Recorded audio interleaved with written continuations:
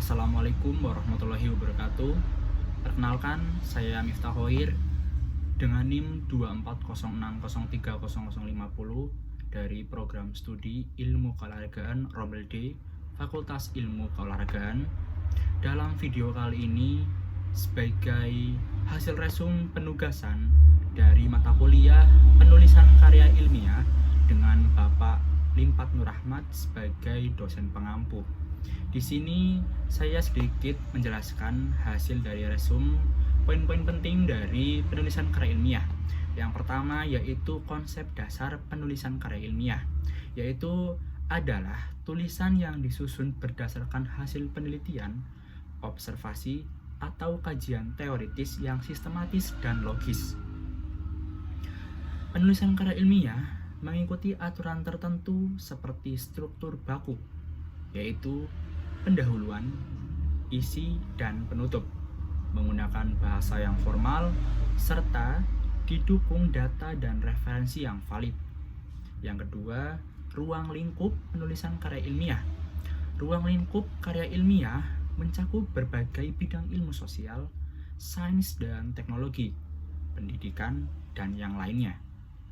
Karya ilmiah bisa berupa laporan penelitian, artikel ilmiah, skripsi, tesis, disertasi, maupun makalah dan paper.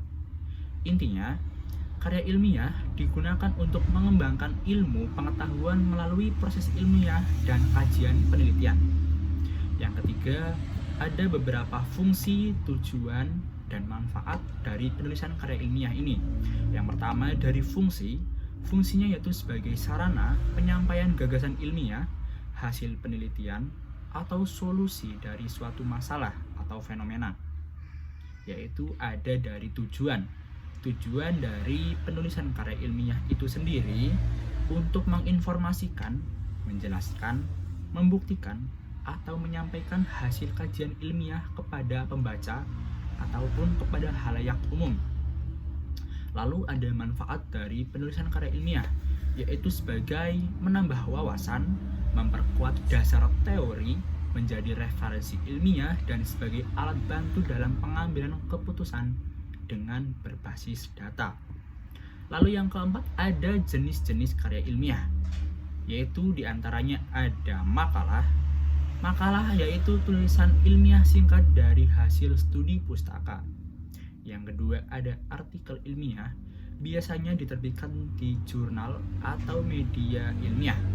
Yang ketiga ada skripsi, karya ilmiah yang ditugaskan oleh mahasiswa S1 sebagai syarat kelulusan. Yang kedua ada tesis, karya ilmiah mahasiswa oleh S2 yang lebih mendalam dari skripsi. Yang keempat ada disertasi, karya ilmiah mahasiswa S3 berisi kontribusi orisinal terhadap ilmu pengetahuan. Yang kelima ada laporan penelitian, dokumen hasil kegiatan dari sebuah penelitian. Lalu apa yang dimaksud dengan ilmiah? Metode ilmiah adalah cara sistematis untuk memperoleh pengetahuan berdasarkan langkah-langkah logis dan empiris. Seperti yang pertama, identifikasi sebuah masalah. Yang kedua, perumusan hipotesis. Yang ketiga, pengumpulan data. Yang keempat, analisis data. Dan yang kelima, penulisan kesimpulan. Metode ini memastikan bahwa hasil karya ilmiah dapat dipertanggungjawabkan secara objektif dan rasional. Mungkin itulah hasil dari resum yang telah saya kerjakan dalam penulisan karya ilmiah. Terima kasih, kurang lebihnya mohon maaf. Wassalamualaikum warahmatullahi wabarakatuh.